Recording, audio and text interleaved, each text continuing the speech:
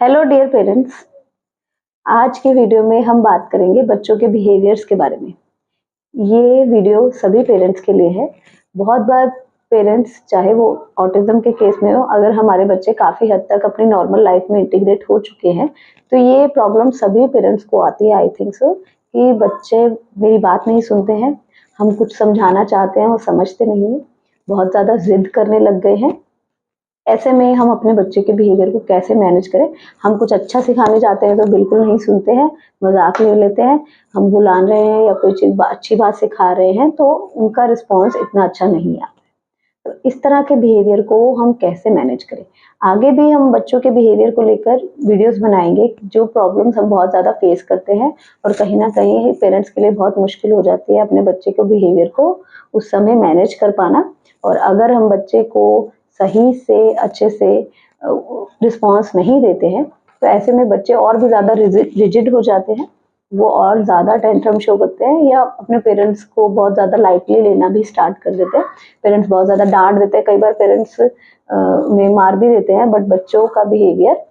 उनके लिए अच्छा नहीं रहता है और पेरेंट्स को इसमें नहीं समझ में आता है कि हम किस तरह से हैंडल करें कि मेरा बच्चा मेरी बात को सुने, समझे और हम सही बातें उसे सिखा सकें। तो सबसे पहले जो एक सिंपल सी लाइन में मैं समझाना चाहूँगी कि नेवर जज your child, try to understand his situation, try to relate with him और हर।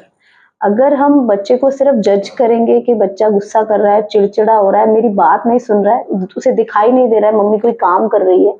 या मम्मी उसे बार बार समझा भी रही है बट वो नहीं सुन रहा है,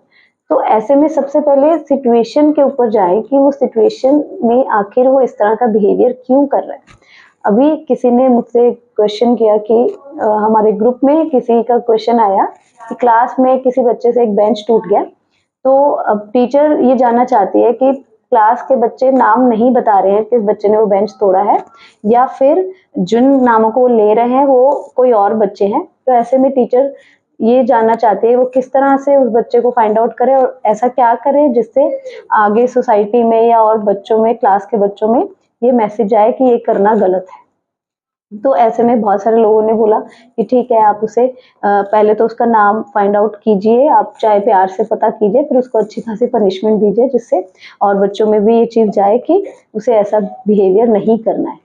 पर एज पर माय ओपिनियन हमें पहले सबसे पहले ये समझना है कि उस समय ऐसा क्या हुआ था जिसकी वजह से बेंच वो टूटा। क्या बच्चा सच में शरारत कर रहा था, उसने इंटेंशनली वो बेंच तोड़ा है, या आपस में खेलते हुए गलती से वो बेंच टूट गया। अगर वो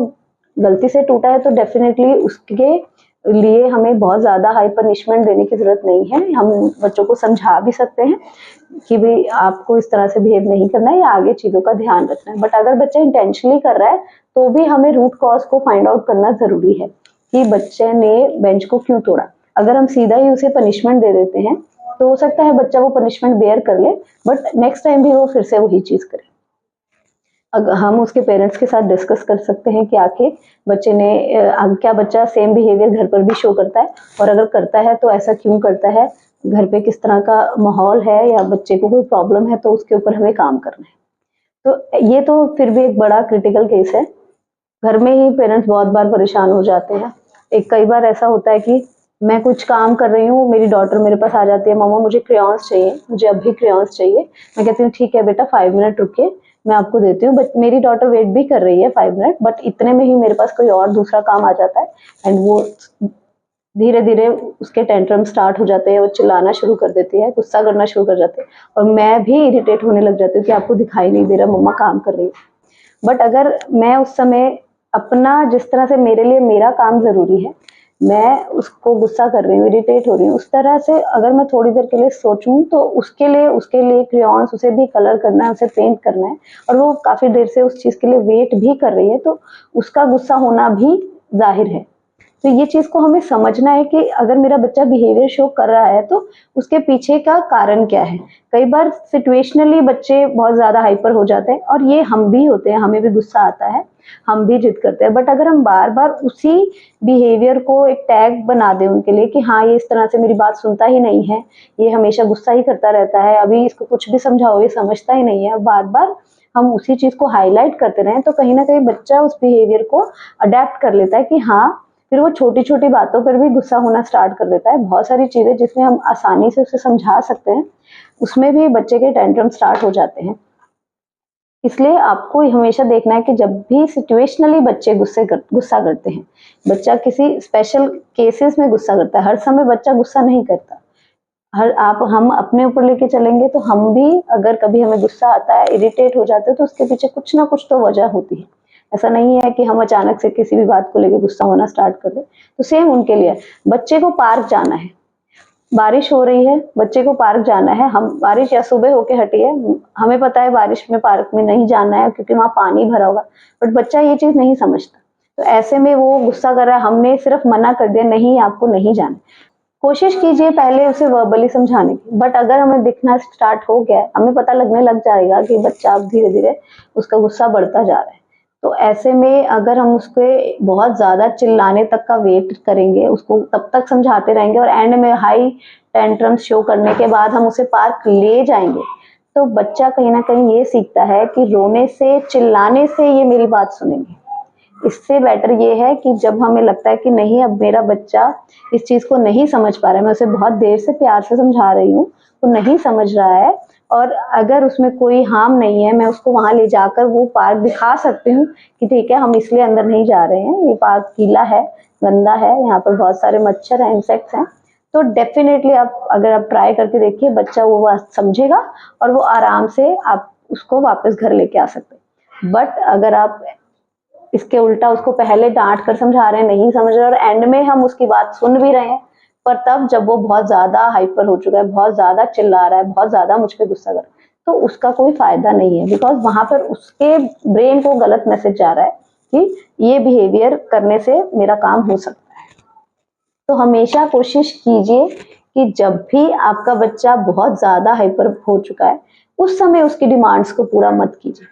अगर बार बार ये चीजें हो रही हैं, तो फर्स्ट टाइम हमें नहीं पता चला कि मेरा बच्चा इतना ज्यादा गुस्सा करेगा आगे, मैंने कोशिश की, वो नहीं माना, तो सेकंड टाइम के लिए हमें थोड़ा आइडिया लग जाता है। तो प्रिपेयर रहिए कि हमको ठीक है, हमें उसको सिचुएशन को समझना है कि ठीक है, उसके लिए वो काम शायद बहुत ज्यादा जरूरी है, उसके लिए उसके टॉयज के साथ खेलना, पार्क जाना या घूमने जाना। मैं आइसक्रीम खा रही हूँ पर मुझे बच्चे को आइसक्रीम नहीं देनी है, उसको कोल्ड है, तो यहाँ पर हमारा रिस्पॉन्सिबिलिटी है कि हम कोशिश करें वो आइसक्रीम उसके सामने नहीं आए। उसके सामने आइसक्रीम रखा और हम उसको हम ये सोचे कि वो समझ जाए कि मुझे आइसक्रीम नहीं खाना है, ये बहुत डिफिकल्ट है।